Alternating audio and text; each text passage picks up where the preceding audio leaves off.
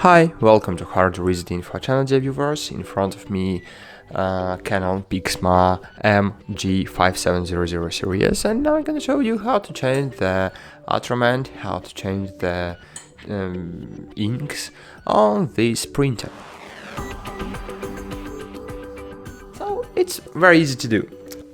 You just need to open this front cover, not the scan cover, but this front cover. So just open it, and as you can see here we have inks, so just wait a while.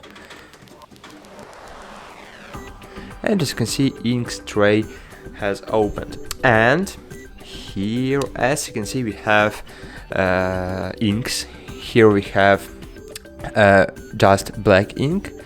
Here we have black ink for color printing, so black color as you can see, and this is normal black for just black and white printing. And here we have black for color printing. So if you want to print in black and white, but you are choosing color printing, your printer using this black color. So this black is more expensive, and as you can see we have small tray for black color here, and here we have for normal black printing we have bigger tray.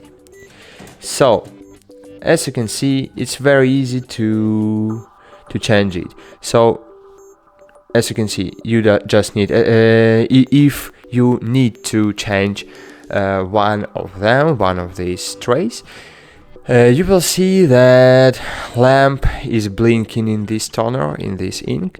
As you can see here I have full ink, here full, but this black ink I need to change. So just click on this, press on this plastic piece, and just push it, pull it out.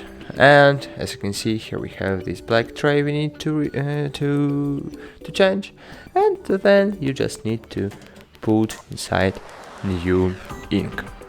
So that's it. Thanks for watching. Like this video, subscribe to our channel, and bye. See you.